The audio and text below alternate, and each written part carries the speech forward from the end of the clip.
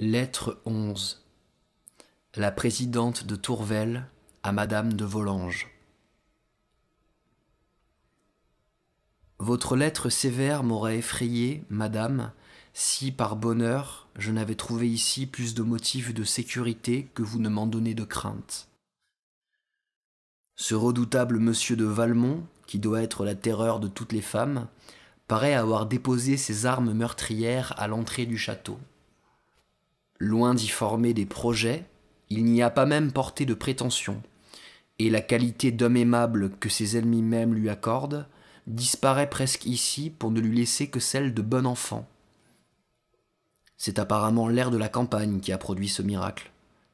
Ce que je puis vous assurer, c'est qu'étant sans cesse avec moi, paraissant même s'y plaire, il ne lui est pas échappé un mot qui ressemble à l'amour. Pas une de ces phrases que tous les hommes se permettent sans avoir comme lui ce qu'il faut pour les justifier. Jamais il n'oblige à cette réserve dans laquelle toute femme qui se respecte est forcée de se tenir aujourd'hui pour contenir les hommes qui l'entourent. Il sait ne point abuser de la gaieté qu'il inspire. Il est peut-être un peu louangeur, mais c'est avec tant de délicatesse qu'il accoutumerait la modestie même à l'éloge. Enfin, si j'avais un frère, je désirerais qu'il fût tel que monsieur de Valmont se montre ici. Peut-être beaucoup de femmes lui désireraient une galanterie plus marquée, et j'avoue que je lui sais un gré infini d'avoir su me juger assez bien pour ne pas me confondre avec elle. Ce portrait diffère beaucoup sans doute de celui que vous me faites. Et, malgré cela, tous deux peuvent être ressemblants en fixant les époques. Lui-même convient avoir eu beaucoup de torts, et on lui en aura bien aussi prêté quelques-uns, mais j'ai rencontré peu d'hommes qui parlassent des femmes honnêtes avec plus de respect, je dirais presque d'enthousiasme. Vous m'apprenez qu'au moins sur cet objet il ne trompe pas. Sa conduite avec Madame de Merteuil en est une preuve. Il nous en parle beaucoup, et c'est toujours avec tant d'éloges et l'air d'un attachement si vrai que j'ai cru, jusqu'à la réception de votre lettre, que ce qu'il appelait amitié entre deux était bien réellement de l'amour. Je m'accuse de ce jugement téméraire, dans lequel j'ai eu d'autant plus de tort que lui-même a pris souvent le soin de la justifier. J'avoue que je ne regardais que comme finesse ce qui était de sa part une honnête sincérité. Je ne sais, mais il me semble que celui qui est capable d'une amitié aussi suivie pour une femme aussi estimable n'est pas un libertin sans retour.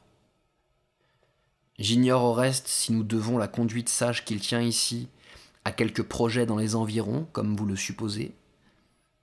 Il y a bien quelques femmes aimables à la ronde, mais il sort peu, excepté le matin, et alors il dit qu'il va à la chasse. Il est vrai qu'il rapporte rarement du gibier, mais il assure qu'il est maladroit à cet exercice.